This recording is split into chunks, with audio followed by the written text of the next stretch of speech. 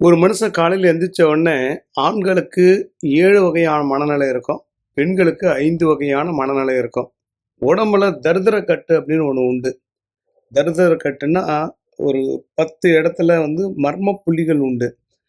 அந்த தரித்திரத்த விலக்கிட்டோம்னா, நீங்க நினைத்த காரியம் அப்படியே நடப்பதற்கு ஒரு வாய்ப்பு உண்டு. இதுக்கு பேர் மகாலட்சுமி கட்டு. மூதேவி கட்ட உடைச்சு மகாலட்சுமி கட்ட ஏத்துறது. இந்த மெத்தட பயன்படுத்தும் பொழுது, நீங்கள் நினைத்த காரியம் அப்படியே நடப்பதற்கு வாய்ப்பு உண்டு. சென்னையா இருந்தா டைரக்ட்டா கூட பண்ணி குடுக்குறோம். வெளியூரா இருந்தா வீடியோ கால் மூலம் பண்ணி தரப்படும்.